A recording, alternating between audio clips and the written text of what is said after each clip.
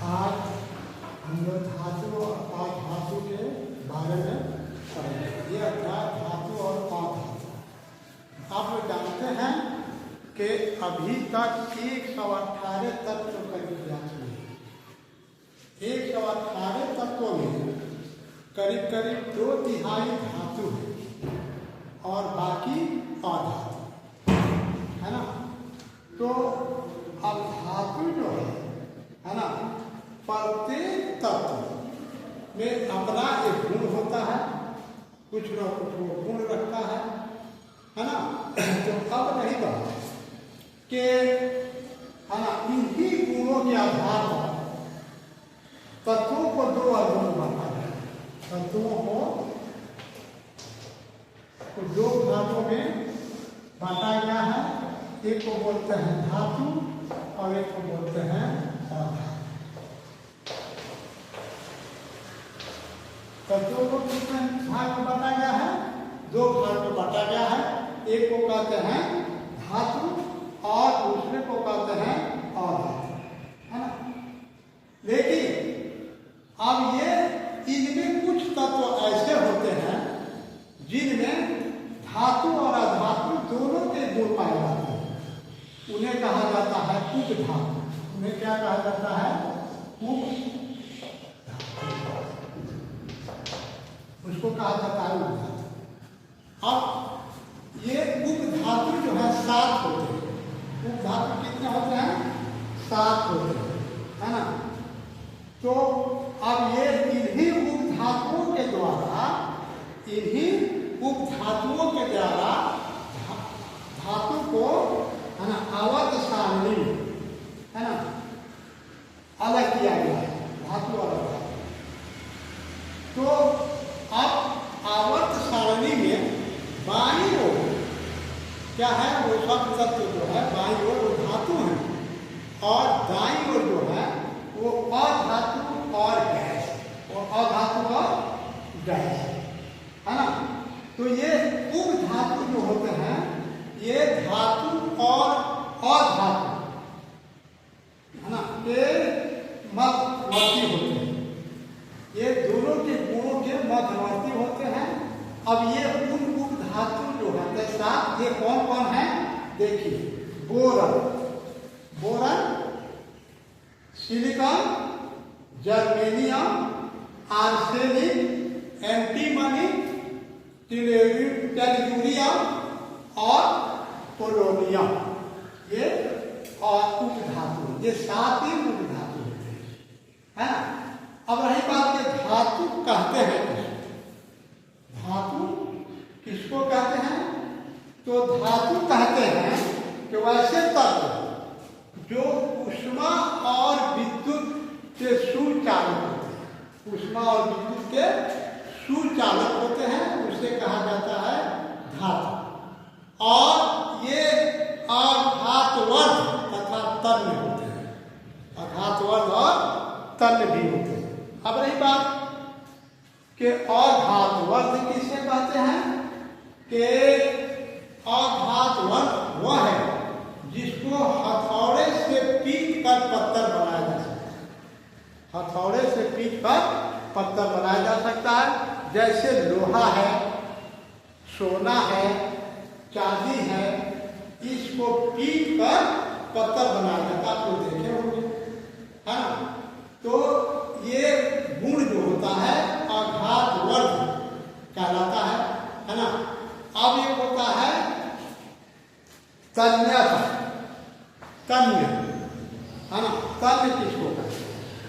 तो तन्य कहते हैं, है ना, कि तन्यता उसे कहते हैं जिसे धातु में तार खींचे जा सकते हैं। तार, पतले तार। जैसे आप लोग जाते हैं सोनार के यहाँ, देखते हैं वो सोने का गहना बनाता है या चांदी का गहना बनाता है, तो बहुत पतला पतला तार खींच कर भी, है ना, रिंग बनाता है, कैसे तरह तरह के गहने बनाता है। तो वही तार, वो तार जिसको तार जिसे, है ना, सोनार खींच कर गहना बनाता है। तो ये तन्यता का है, यानी जिस धातु से तार खींचे जा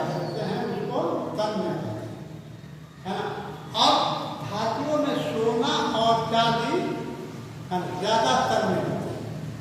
ये इसमें तन्मयता का गुण बहुत अधिक होता है। अब देखो, अब इसको है ना धातुओं के ये गुण में आता है। दूसरी है धातुओं के गुण में चमक।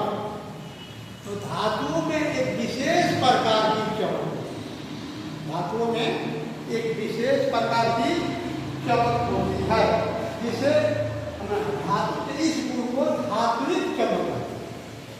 इसको कहते हैं धात्विक चमक, है ना। इसमें एक विशेष प्रकार की चमक होती है। अब देखो, धातु को है ना कुछ देर तक, कुछ समय तक, है ना, वायु में खुला छोड़ दोगे, है ना, या खुला छोड़ देने पर वो अपना चमक खो देता है। वो अपना चमक खो देता है। क्यों खो देता है?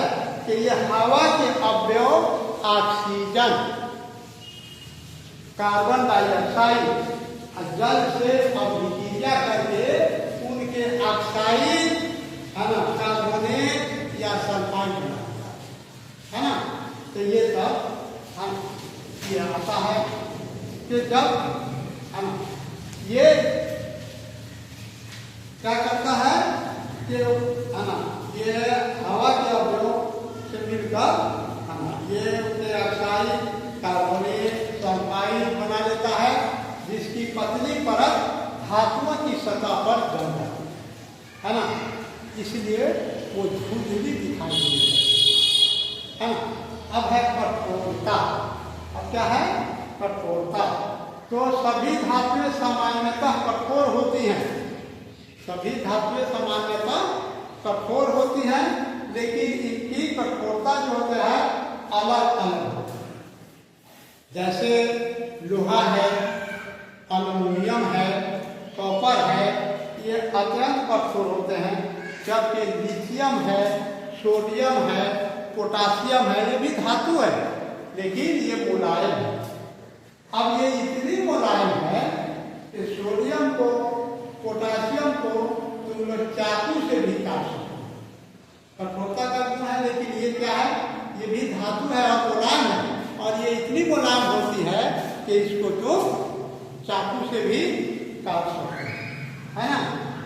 अब रही बात कि सभी धातुएं ठोस अवस्था में पाई जाती है, सभी धातुएं ठोस अवस्था में पाई जाती हैं।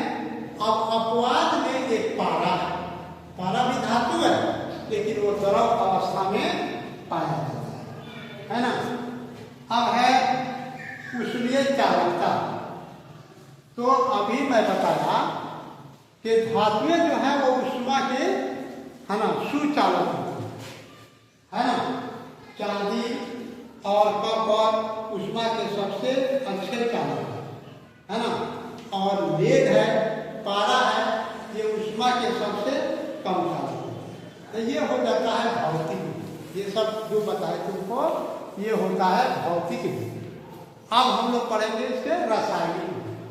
देखो, हर हम लोग इंसान हैं, तो हम लोगों में भी दो गुण पाए जाते हैं। एक तुम लोग सुने हो, एक अच्छाई और एक बुराई, है ना। तो जो अच्छा काम करता है अच्छाई है, जो बुरा काम करता है बुराई, एक ही इंसान है, उसमें दोनों गुण पाए जाते हैं। उसी तरह ये धातु में चाहे और कोई चीज है, उसमें भी दो गुण पाए जाते हैं, और एक गुण को कहा जाता है भौतिक गुण। जो मैं अभी पहले बताया ये सब है भौतिक गुण। अब हम तुम लोगों को बताएंगे, है ना, गुण के बारे में रासायनिक। रासायनिक तो रासायनिक गुण क्या है? कि वो धातुएं जो है ऑक्सीजन से भी अभिक्रिया करती है, धातु जो है अम्ल से भी अभिक्रिया करती है, धातु जो है ना ये क्या बोलता है, जल, हाँ, जल से अभिक्रिया करती है, अम्ल से अभिक्रिया करती है, क्लोरीन से अभिक्रिया करती है, ये सब धातु। तो अब देखो, सबसे पहले हम लोग आएंगे ऑक्सीजन के साथ अभिक्रिया। ऑक्सीजन के साथ अभिक्रिया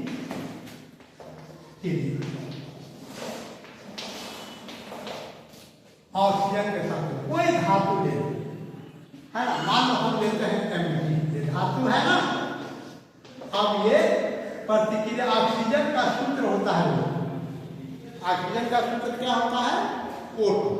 अब इसके साथ तुम प्रतिक्रिया कराओगे तब ये बन जाएगा MgO, मैग्नीशियम ऑक्साइड। इसे और है, यह है तुम्हारा Na+O2, ये जो देंगे तो ये हो जाएगा तुम्हारा Na2O, ये क्या हो जाएगा?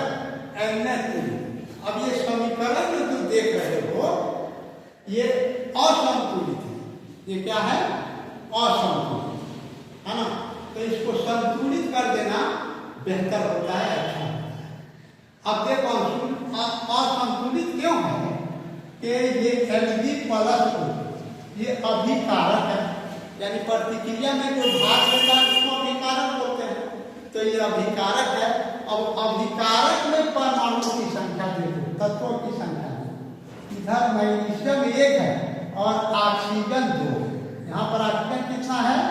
2 है ना। अब देखो, अब ये अभिकारक के फलस्वरूप जो पदार्थ बना वो हो जाएगा प्रतिफल या उत्पाद। अब यहाँ देखो, ये उत्पाद में ऑक्सीजन कितना है? 1, और अभिकारक में ऑक्सीजन कितना है? 2, तो बराबर नहीं है, संतुलित, बैलेंस, यानी दोनों तरफ, बाएं और दाएं, यानी अभिकारक और प्रतिफल दोनों में परमाणुओं की संख्या समान हो जाए, बराबर हो जाए, तो उसको संतुलित समीकरण। तो संतुलित करने के लिए क्या करेंगे? यहाँ ऑक्सीजन 2 है तो इसके पहले हम लोग 2 लगाएंगे। अब ये 2 ऑक्सीजन हो गया, लेकिन यहाँ देख रहे हो 2 मैग्नीशियम भी हो गया, तो मैग्नीशियम के पहले भी 2 लगा देंगे तो ये सब। उसी तरह नीचे देखो, यहाँ सोडियम 1 है, अभिकारक में बाएं साइड में सोडियम 1 है और दाहिने साइड में प्रतिफल में सोडियम 2, तो इसको भी, और यहाँ ऑक्सीजन 2 है और इधर ऑक्सीजन 1, तो इसको भी संतुलित करेंगे। तो यहाँ पर 2 लगा देंगे, 2 ऑक्सीजन हो गया प्रतिफल में, और अभिकारक में भी 2 ऑक्सीजन हो गया, लेकिन प्रतिफल में 2 दूना 4, ये 4 सोडियम हो गया, तो यहाँ भी 4 हमको सोडियम करना है, बराबर हो गया। तो यहाँ भी ये हो जाएगा 4, है ना। अब रही बात कि ये अब हो गया संतुलित हो गया, है ना। अब ये धातुएं जो है ऑक्सीजन से अभिक्रिया करके उनके ऑक्साइड बनाती है, उनके ऑक्साइड बनाती है, और ये ऑक्साइड जो होते हैं वो क्षारीय होते हैं। ये ऑक्साइड क्या होते हैं? क्षारीय होते हैं। क्यों क्षारीय होते हैं? कि धातु के ऑक्साइड जल से अभिक्रिया करके, है ना, अब ये क्षार बनाते हैं, जल से अभिक्रिया करके क्या बनाते हैं?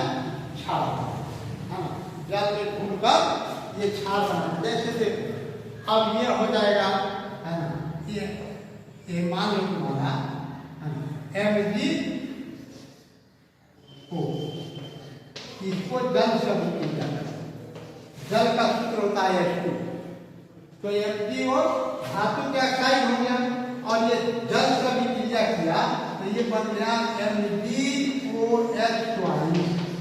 MgOH2।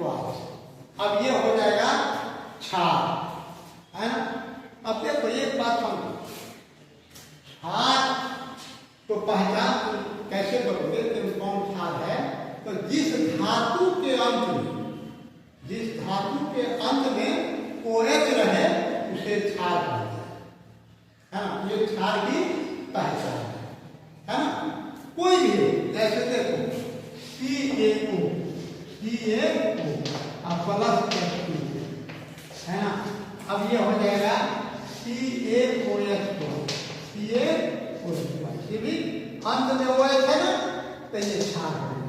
कोई लो Na2O प्लस H2, ये भी बनाओगे तो ये हो जाएगा NaOH, NaOH है ना, तो ये भी क्षार हो गया, सब क्षार है। OH है अंत में, धातु के अंत में जब OH रहे तो समझदार को मोस्टली क्या है, क्षार।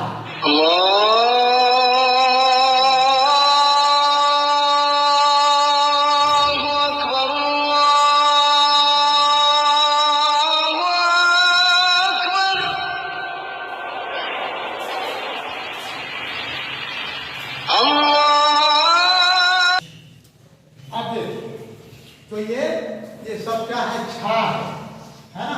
इसके धातु की प्रकृति जो होती है वो क्षारीय होती है।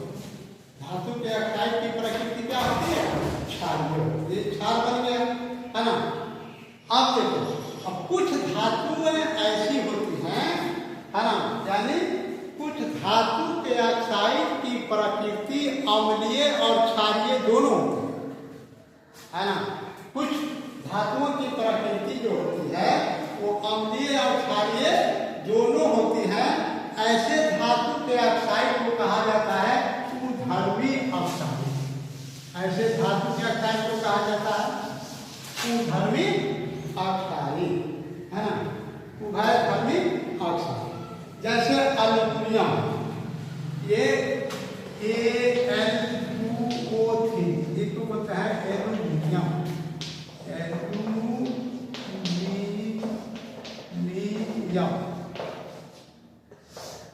और एक होता है ज़ेरेन,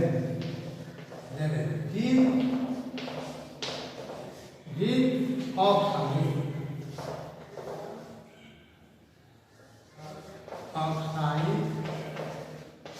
और ऑक्साइड हो गया है ना। ये जो दो धातु है ये उभयधर्मी, ये कौन ऑक्साइड है, उभयधर्मी ऑक्साइड है ना। क्यों ये उभयधर्मी ऑक्साइड है कि ये दोनों है ना, ये दोनों अम्ल से भी अभिक्रिया करते हैं और क्षार से भी अभिक्रिया करते हैं, है ना। ऐसे ऑक्साइड जो अम्ल और क्षार है ना दोनों से अभिक्रिया करते हैं, और ये करते हैं अभिक्रिया को बनाते हैं क्या, है ना, लवण और जल, लवण और जल। तो इसको उभयधर्मी ऑक्साइड कहते हैं। इसको क्या कहते हैं, उभयधर्मी ऑक्साइड, क्योंकि इसकी प्रकृति जो है अम्लीय और क्षारीय दोनों है। इसकी प्रकृति अम्लीय और क्षारीय दोनों। अब देखो, अब एल्युमिनियम ऑक्साइड को, एल्युमिनियम Al2O3 H2SCl, ये अम्ल है, क्या है, अम्ल है ना। अब ये प्रतिक्रिया किया तो ये क्या बना रहा है, AlCl3, ये लवण बना, क्या बनाती है, है ना। अब प्लस H2O, H2 है ना, ये एल्युमिनियम ऑक्साइड अम्ल से भी अभिक्रिया कर रहा है। और फिर देखो, ये एल्युमिनियम ऑक्साइड ये क्षार से भी प्रतिक्रिया कर रहा है, ये क्षार है NaOH, अब इससे प्रतिक्रिया कर रहा है तो ये बना रहा है NaAlO2, NaAl, इसको पता है सोडियम एल्यूमिनेट, ये भी लवण हो गया और बना क्या, क्या बना, इसको बोलते हैं सोडियम एल्यूमिनेट, सोडियम एल्यूमिनेट,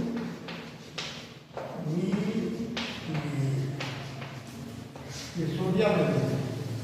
अब देखो, ये एल्युमिनियम के ऑक्साइड तो ये अम्ल से अभिक्रिया किया, और ये एल्युमिनियम के ऑक्साइड क्षार से भी अभिक्रिया, तो इसकी प्रकृति अम्लीय और क्षारीय दोनों।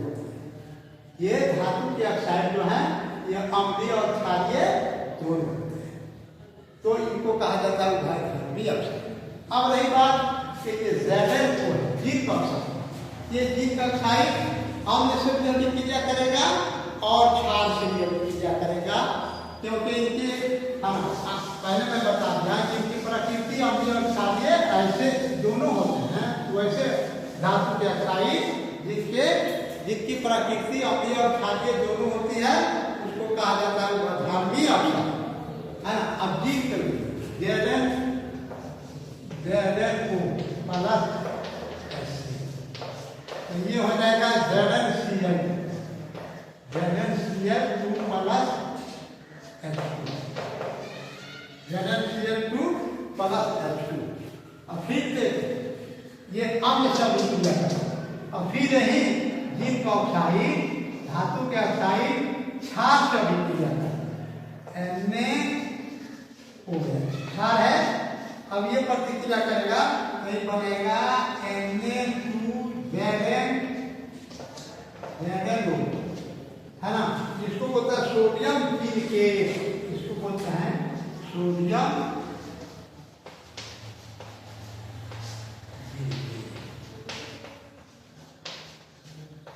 और ये बन जाएगा जल। इससे ये बात तुमको ये मालूम हो गई कि कुछ धातु के ऑक्साइड ऐसे हैं जो अम्लीय और क्षारीय दोनों, है ना, की प्रकृति रखते हैं, दोनों की प्रकृति है, इसलिए इसको बोलते हैं उभयधर्मी ऑक्सीजन। तो ये ऑक्सीजन के साथ हमारा अभिक्रिया हो गया। अब रहेगा कि जल के साथ अभिक्रिया, जल के साथ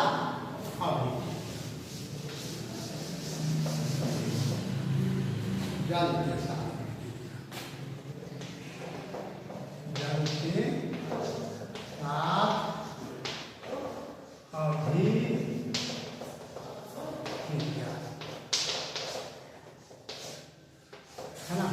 जल का सूत्र होता है H2। जल का सूत्र क्या होता है? H2, है ना। तो एक बात समझो कि सभी धातुएं, है ना, जल के साथ अभिक्रिया नहीं करती है। सभी धातुएं जल के साथ अभिक्रिया नहीं करती हैं, है ना।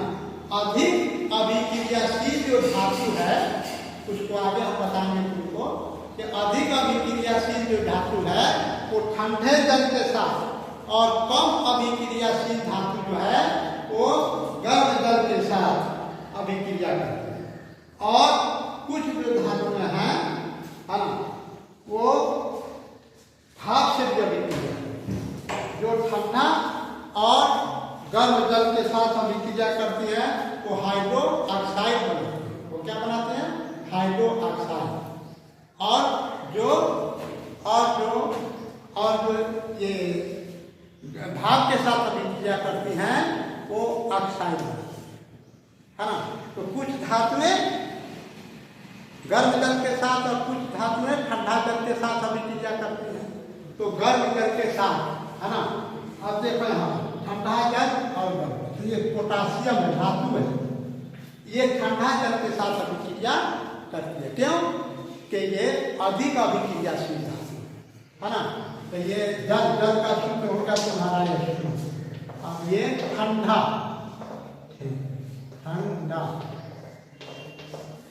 है ना, ठंडा जल, ये ठंडा जल का अभिक्रिया करते हैं तो ये बन जाता है KOH प्लस, यानी ठंडे जल के साथ जो धातुएं अभिक्रिया करती हैं तो वो बनाते हैं हाइड्रो ऑक्साइड और हाइड्रोजन गैस। तो ये हो गया, ये हो जाएगा सोडियम है तुम्हारा, ये भी क्रियाशील धातु, अधिक क्रियाशील धातु है। तो ये भी, है ना, ठंडा जल के साथ अभिक्रिया करती है तो ये बना देती है NaOH प्लस,